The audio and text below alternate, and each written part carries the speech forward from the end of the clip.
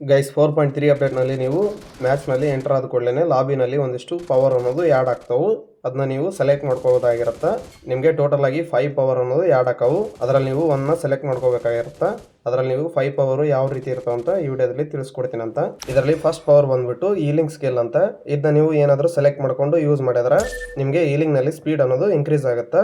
Second power ಬಂದು detection skill ಅಂತ. ಇದನ್ನ ನೀವು ಯೂಸ್ ಮಾಡಿದ್ರೆ ನಿಯರ್ ಬೈ ಐಟಮ್ ಯಾವ್ಯಾವ ಇದಾವೆ ಅಂತ ಡಿಟೆಕ್ಟ್ ಆಗಿ ನಿಮಗೆ ಶೋ ಆಗುತ್ತೆ.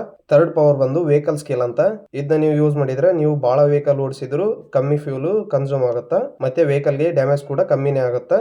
ಫೋರ್ತ್ ಪವರ್ ಒಂದು ಕಾಂಬೋಟ್ ಸ್ಕಿಲ್. ಇದನ್ನ ನೀವು ಯೂಸ್ ಮಾಡಿದ್ರೆ ಎನಿಮಿನ ನೀವು ನಾಕ್ಔಟ್ ಮಾಡಿದ್ರೆ ಮತ್ತೆ ಕಿಲ್ ಮಾಡೋ ಮುಂದೆ ಮತ್ತೆ ರೀಲೋಡ್ ಮಾಡೋ ಮುಂದೆ ಸ್ಪೀಡ್ ಅನ್ನೋದು ಇನ್ಕ್ರೀಸ್ ಆಗುತ್ತೆ.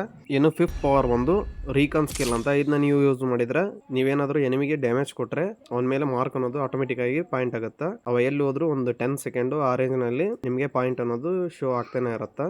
ಈ ವಿಡಿಯೋ ಏನಾದರೂ ಸ್ವಲ್ಪ ಯೂಸ್ಫುಲ್ ಅಂತ ಅನ್ಸಿದ್ರೆ ವಿಡಿಯೋ ಒಂದು ಲೈಕ್ ಮಾಡಿ, ಚಾನಲ್ ಒಂದು ಸಬ್ಸ್ಕ್ರೈಬ್ ಮಾಡಿಕೊಂಡು ಕನ್ನಡ ಕ್ರಿಯೇಟರ್ಸ್ಗೆ ಸಪೋರ್ಟ್ ಮಾಡ್ರಿ. Thanks for watching guys.